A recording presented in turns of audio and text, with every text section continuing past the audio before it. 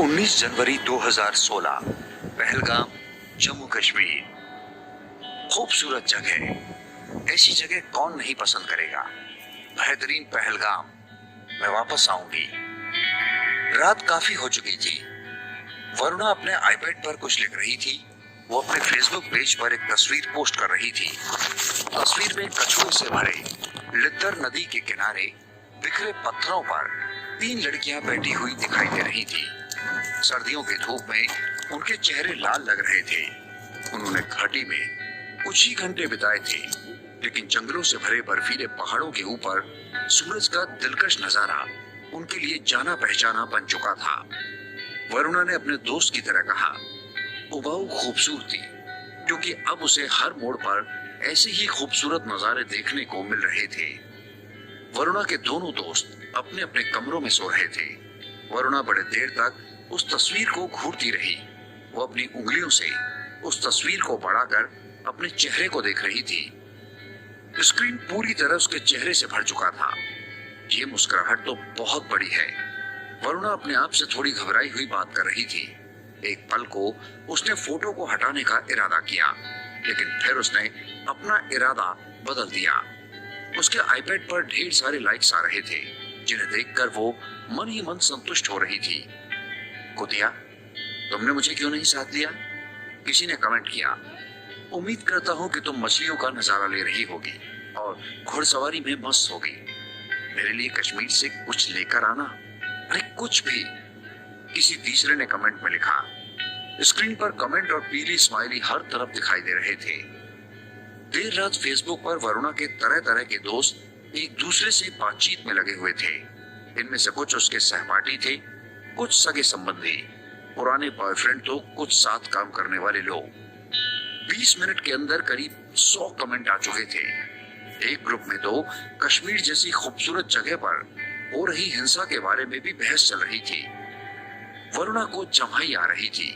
उसकी आंखों पर नींद छाई हुई थी, लेकिन वो मुस्कुराती हुई स्क्रीन पर दुनिया भर में फैले उसकी जान पहचान के लोगों की तस्वीरों को देखकर खुश हो रही थी। आपका स्वागत है, ये सोचते हुए वरुणा आखिरी बार स्क्रीन को ऊपर से नीचे ला रही थी। अब वो सोने के लिए जाना चाहती थी, लेकिन उस रात वरुणा की तस्वीर को देख रहा हर इंसान कमेंट नहीं कर रहा था। कुछ ही घंटों बाद जमा देने वाली सर्द सुबह में उसकी नींद खुली। वरुणा ने अपने चादर के बीच से आईपैड निकालने के लिए हाथ बढ़ाया। उसके दोनों दोस्त अब भी सो रहे थे। उसने अपना फेसबुक खोला। लोग रात भर उस तस्वीर के बारे में चर्चा करते रहे थे, लेकिन अब कमेंट की जगह कश्मीर के बारे में लोगों का गुस्सा और नाराजगी की बातें भरी हुई थी। वरुणा ने आश्चर्य में अपनी आंखें घुमाई। वो सोच रही थी कि क्या उसे इस बातचीत में शामिल होना चाहिए। जोर शोर से चल रही बहस से उसे चिड़चिड़ाहट हो रही थी। इतनी अच्छी तस्वीर के बारे में जिस तरह के बकवास कमेंट आ रहे थे, उससे वरुणा को बुरा लग रहा था। क्या इस तस्वीर में जरूरत से ज्यादा कुछ कहा जा रहा था? क्या इसे पोस्ट करना उचित नहीं था? लोग किसी भी चीज को उठाकर उसके सबसे बुरे अर्थ के बारे में ही बातें क्यों करते हैं? नोटिफिकेशन को बंद कर दो यार, वरुणा के एक दोस्त ने चादर के अंदर से सलाह दी। दूसरे ने कहा, अब सो जाओ दोस्त। वरुणा ने एक बार फिर अपनी तस्वीर को देखते हुए सोचा कि क्या उसे फोटो को हटा देना चाहिए। ये सोचते हुए वो अपना कमेंट लिखने लगी। आश्चर्य की बात है कि जो लोग कभी कश्मीर नहीं आए थे, वो इस जगह के बारे में इतनी पक्की राय कैसे रखते हैं। उसने अपने वाक्य पर एक बार फिर से नजर डाली। फिर उसने कीबोर्ड पर बैक स्पेस दबाया। फोटो डिलीट हो चुका था। 22 जनवरी 2016 सर्पीली पहाड़ियों से होते हुए सफेद रंग की टैक्सी नीचे आ रही थी। हर मोड़ पर लिद्दर नदी की एक नई खूबसूरत सामने दिखाई दे रही थी। वरुणा और उसके दोस्त निशा और राचेल बार बार तस्वीरों के लिए गाड़ी रुकवा रहे थे। हर तस्वीर में वो तीनों ज्यादा खुश और मुस्कुराते दिखाई दे रहे थे। तस्वीरों के पीछे नदी और पहाड़ों का नजारा दिखाई दे रहा था। खूबसूरत पहलगाम, मैं फिर वापस आऊंगी। ये निशा की पहली तस्वीर का कैप्शन था, लेकिन उसे ये पता नहीं था कि वो कब वापस आएगी। छुट्टियां खत्म होने की उदासी साथ लिए निशा टैक्सी में ड्राइवर की साथ वाली सीट पर जाकर बैठ गई। वे अपने दोस्तों के साथ श्रीनगर में एक रात बिताकर सुबह की फ्लाइट से वापस जाने वाले थे। ऊबड़ खाबड़ रास्तों से गुजरती हुई टैक्सी अब पहाड़ी रास्ते के आखिरी मुकाम तक पहुंच चुकी थी। इसके आगे कश्मीर का मैदानी इलाका शुरू हो गया था। यहीं से लिद्दर नदी दूसरी तरफ मुड़ जाती थी और सेब के बगीचे तथा केसर के खेत शुरू हो जाते थे। आगे पहाड़ी से सड़क तक चट्टान गिरे थे। यहाँ पहुंचकर गाड़ी थोड़ी धीमी हो गई। सड़कों पर इस तरह पत्थरों का पाया जाना यहाँ आम बात थी। बाईं ओर नदी बह रही थी। आखिरी पहाड़ी दाहिनी तरफ दिखाई दे रही थी। तभी वो घटना घटी। वरुणा ने साए की एक आवाज सुनी। ऐसा लगा जैसे ड्राइवर की सीट की तरफ से कोई चीज अचानक अंदर घुसी हो। गाड़ी रुकी। उसके चेहरे पर गर्म खून के छींटे फैल गए। अचानक रुकने से गाड़ी में ची ची की आवाज आई और ये अपनी बाईं तरफ मुड़ गई। ये अपना नियंत्रण खो चुकी थी, लेकिन पिछली सीट पर बैठे वरुणा के दोस्तों की चीख गाड़ी के रुकने की आवाज से भी तेज थी। गाड़ी रुकते रुकते नदी की ओर लुढ़कने लगी। वरुणा ने देखा कि ड्राइवर उसकी गोद में लुढ़का हुआ था। उसके सिर का ज्यादातर हिस्सा गोली लगने से उड़ चुका था, जो अब वरुणा के पैरों के पास गिरा हुआ था। 7.62 mm की बंदूक की गोली का पीतल का खोल ड्राइवर के सर में धंसा हुआ अब भी थोड़ा थोड़ा दिखाई दे रहा था। गोली उसकी दाईं कनपटी के ऊपरी हिस्से में लगी थी, जिससे उसके सर का ऊपरी हिस्सा उड़ चुका था। उसका एक हाथ अब भी स्टीयरिंग व्हील पर था। अब तक का धुएं के गुबार के बीच रुक चुकी थी। शरीर से बाहर निकल चुकी नसों से खून के फंवारे छूट रहे थे। वरुणा ने पीछे मुड़कर अपने दोनों दोस्तों के सर को जबरदस्ती नीचे कर दिया ताकि उसे गोलियों से बचाया जा सके। फिर पीछे की ओर देखने वाले शीशे के अंदर उसे उन लोगों का अक्स दिखाई दिया। उन्होंने भी वरुणा को देख लिया था। मटमैले रंग की ढीली ढाली फिरन पहने हुए दो लोग चुपचाप गाड़ी के पास आ गए। वरुणा ने देखा वो दौड़ नहीं रहे थे। उन्हें कोई जल्दी नहीं लग रही थी। ये देखकर वो काफी घबरा गई। वे बड़े आराम से आपस में बात करते हुए गाड़ी की तरफ बढ़ रहे थे। उनमें से एक ने कंधे पर कलाशनिकोव राइफल ऐसे लटका रखी थी जैसे कि वो छाता हो। वरुणा भागने के बारे में सोच रही थी। उसने निशा और राचेल को चीखने से मना किया और अपने सर को घुटनों के बीच रखने को कहा, जैसा कि हवाई दुर्घटना के दौरान किया जाता है। वे दोनों अब सुबह रही थी। वे लोग करीब 200 मीटर दूर है और चलकर इस ओर आ रहे हैं। हम लोग दौड़कर भाग सकते हैं। लेकिन तीनों में से कोई नहीं हिला। वरुणा को लगा जैसे उसके पांव जम गए हैं। वो अपने दोस्तों को कह नहीं पा रही थी कि राइफल लिए दो लोग उनकी ओर बढ़ रहे थे। उनकी चाल धीमी थी। बिल्कुल बेमकसद चाल से वो चले आ रहे थे। एक पल को वरुणा को लगा कि वो शायद उनका नुकसान करने के लिए नहीं आ रहे थे। शायद उन्होंने देखा हो कि कार सड़क से लुढ़क गई थी और वे इन लोगों से हालचाल पूछने आ रहे थे। किसे पता कि यहाँ के स्थानीय लोग बंदूकें टांग कर चलते हो। आखिर ये एक खतरनाक जगह थी। थोड़ी ही देर में वे करीब आ चुके थे। अब उनकी बातचीत सुनाई दे रही थी। पिछली सीट पर अब भी सुबकने की आवाजें आ रही थी और ड्राइवर की सीट की खिड़की में गोली से हुए छेद से हवा के आने की आवाज भी सुनाई पड़ रही थी। वरुणा अब उन्हें ज्यादा साफ साफ देख सकती थी। एक आदमी की दाढ़ी थी और उसकी उम्र 30 के आसपास हो रही होगी। दूसरे आदमी ने दाढ़ी और मूंछ कटा रखी थी। उसकी उम्र वरुणा से ज्यादा कतई नहीं लग रही थी। उनके मोटे ऊनी फिरन तेज हवा की वजह से गुब्बारे की तरह फूल रहे थे। दोनों लोगों के चेहरे पर मुस्कुराहट थी। उनमें से बड़ी उम्र के आदमी ने शायद किसी चुटकुले पर हंसते हुए दूसरे व्यक्ति के कंधों को हंसी मजाक में थपकाया।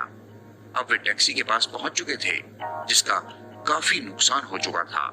उनकी हंसी और भीगे हुए कंकड़ों पर उनके पैरों की आवाज उनके पहुंचने की घोषणा कर रही थी।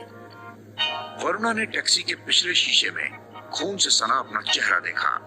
वरुणा अपने हाथों में सर लेकर रोने लगी। पिछली सीट से आने वाली सुपने की आवाजें अब चिल्लाने में बदल चुकी थी। तीनों लड़कियां उम्मीद के साथ उन दोनों लोगों को देख रही थी, शायद कुछ मदद मिल जाए। उन दोनों लोगों ने गोलियां दागनी शुरू कर दी। निशा और राचल गोलियों से छलनी हो गए। उनके शरीर से खून के फंवारे और हड्डियां इधर उधर तितर बितर होने लगी। खून खराबे के इस मंजर में चारों तरफ चुप्पी पसरी हुई थी।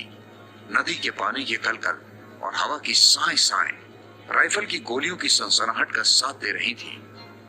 हमलावर अपनी बंदूक की नोक से लाशों को छू रहे थे। खून सनी जेबों से वो मोबाइल फोन, उनके बटुए और पीठ पर टांगने वाले झोलों की तलाश कर रहे थे। अब वे घूमकर टैक्सी के सामने वाले दरवाजे के पास पहुंच गए। वे अपनी राइफलों में गोलियां भर रहे थे।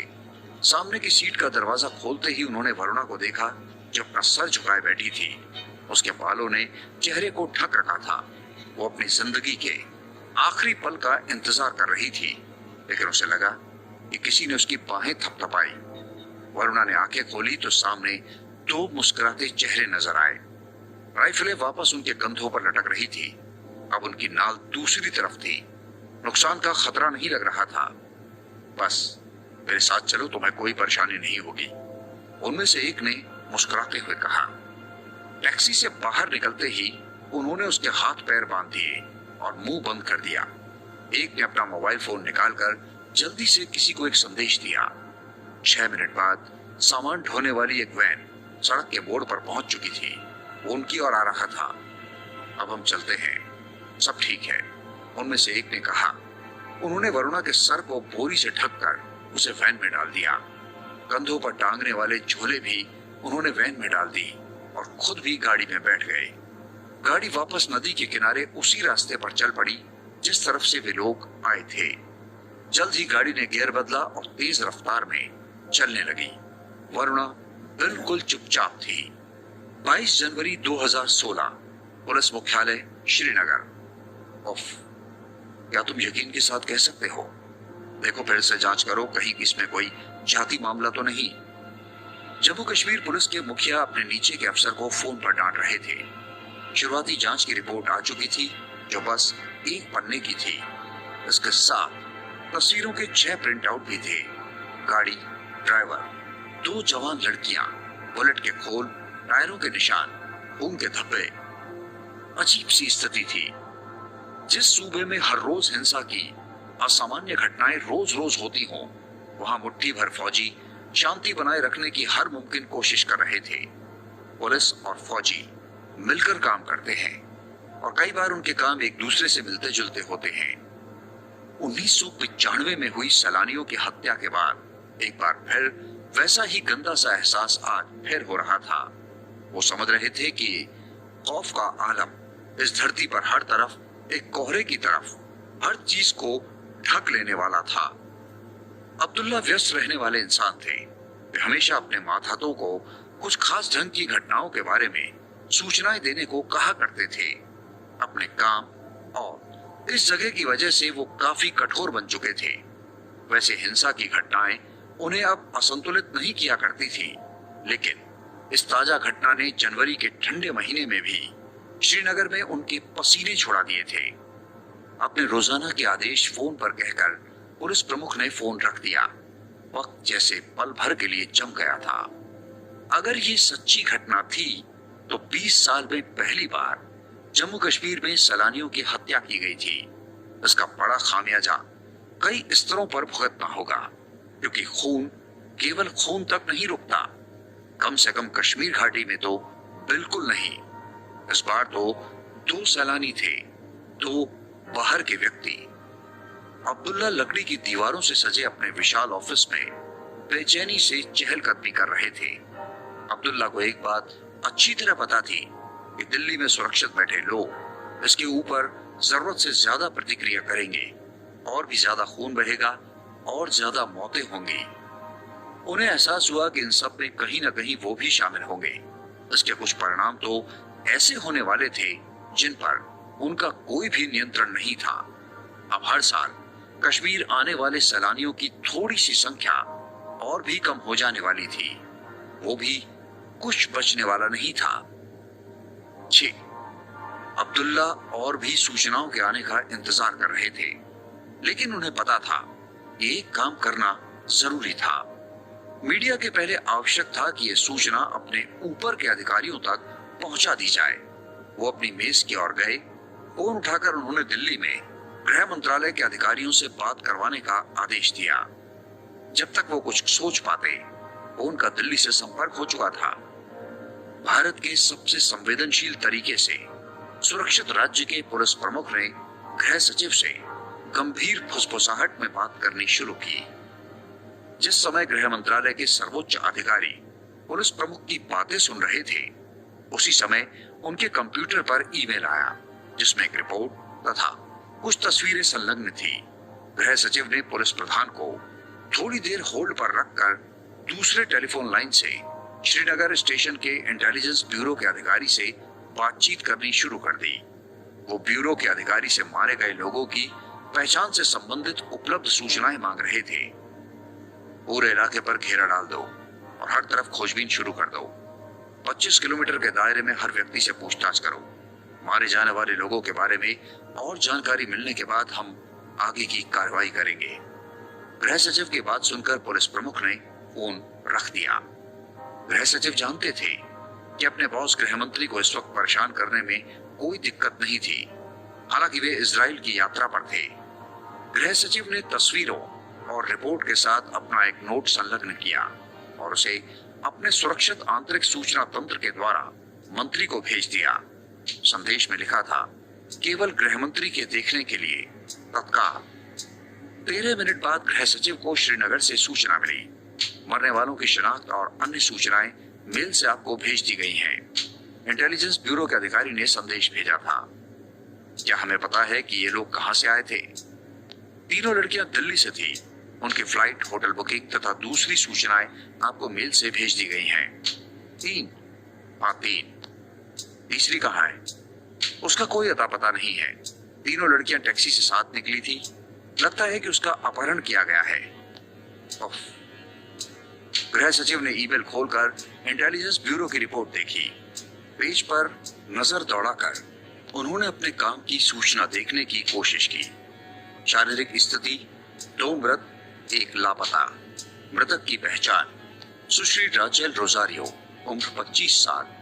सुश्री निशा अहमद, उम्र 24 साल। लापता सुश्री वर्णा राणा, उम्र 24 साल। दिल्ली की 3 लड़कियां छुट्टी मनाने कश्मीर गई थी। गृह सचिव ने धीरे से सांस लेते हुए मन ही मन सोचा।